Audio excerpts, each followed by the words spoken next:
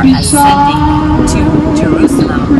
We just passed the city of Bethany, where Lazarus was raised from the dead. And as you can tell, the bus is at an incline because we are ascending to the Old Jerusalem. We are in a tunnel on our way into Jerusalem. We're almost there. Stay tuned. The Old Jerusalem. We are here and it's to our left. Jerusalem.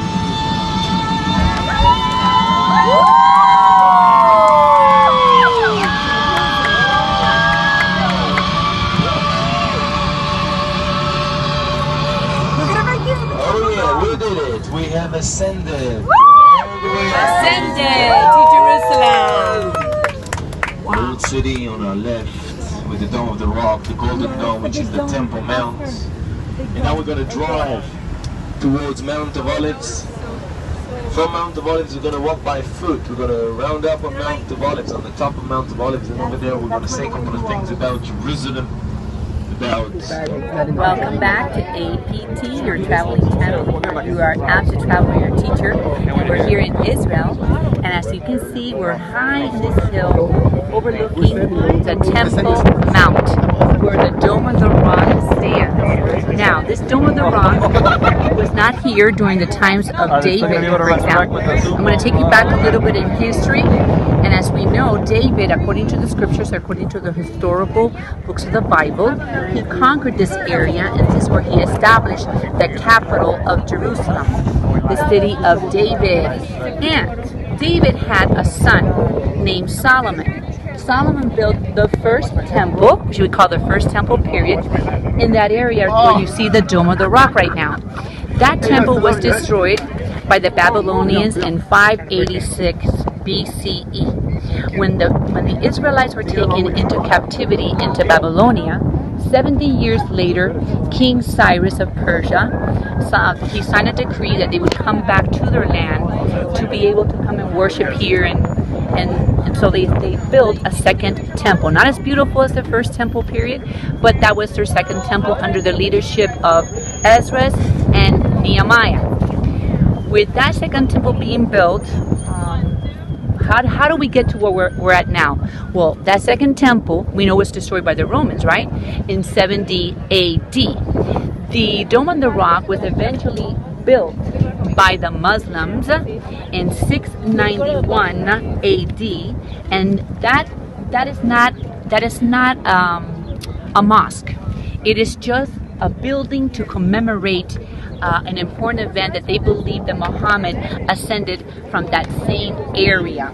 So what we're going to be seeing are just like the ruins, right, of the Second Temple period, and those ruins Jesus foresaw when he wept over Jerusalem in this very same place, and he even said that there would be one stone left on top of the others. And that cemetery right there down below, that cemetery is currently being used. And as you see those little rocks on top of the tombs, the Jewish people don't leave flowers, they leave rocks to commemorate that they were there to visit the tomb. They are all facing in what direction? They are all facing the east gate, which is right over there.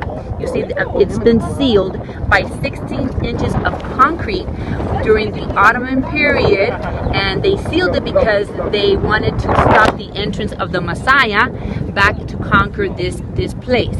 Now, according to the scriptures, Jesus Christ is going to enter through the east gates over there, and these tombstones, the resurrection, the Jews are waiting for the resurrection for the bodies in these tombstones to resurrect. And when they do, where are they facing? The east gate. So they would be the first to resurrect.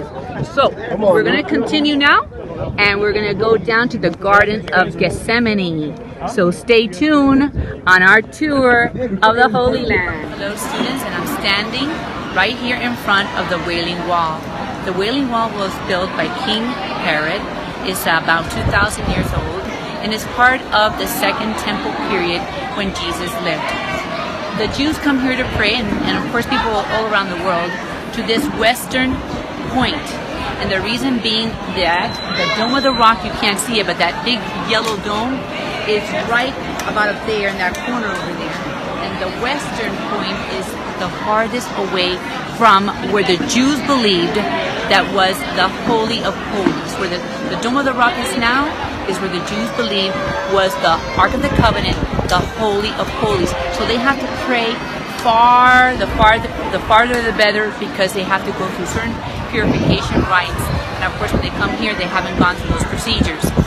This wall has little tiny bits of paper in the crevice. Hello students, and welcome back to APT. We are standing right here, and I'm sitting on the steps leading up to the Second Temple period. Now what happened was that the Jews had to bathe right here at the mitzvah, and once they did, they were purified to take the offerings, their animal offerings, up to the temple area. And these steps that you see right here, these are the steps that Jesus stepped on. These steps, of course, lead to the temple, and there's 3 gates that have been sealed over there. So Jesus entered into one of those 3 gates, which are sealed. If you see the oval top of those 3, that used to be 3 openings over there.